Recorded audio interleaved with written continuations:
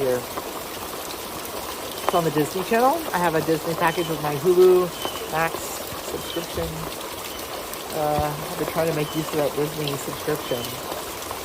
I love their queer content. I love the curate trans docu-series thing. It might have just been a documentary from a few years ago. Now I'm watching this Tribe documentary.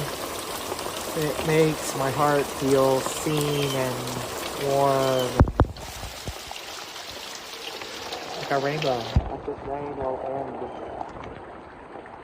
I love having that sense of community when I don't otherwise necessarily always feel a sense of community here in my small corner of East Texas. Beautiful, beautiful East Texas. Beautiful people. I remain optimistic that people will prevail. Our humanity will prevail over the politics that only exist to divide us. That's their only purpose, from my perspective. Division.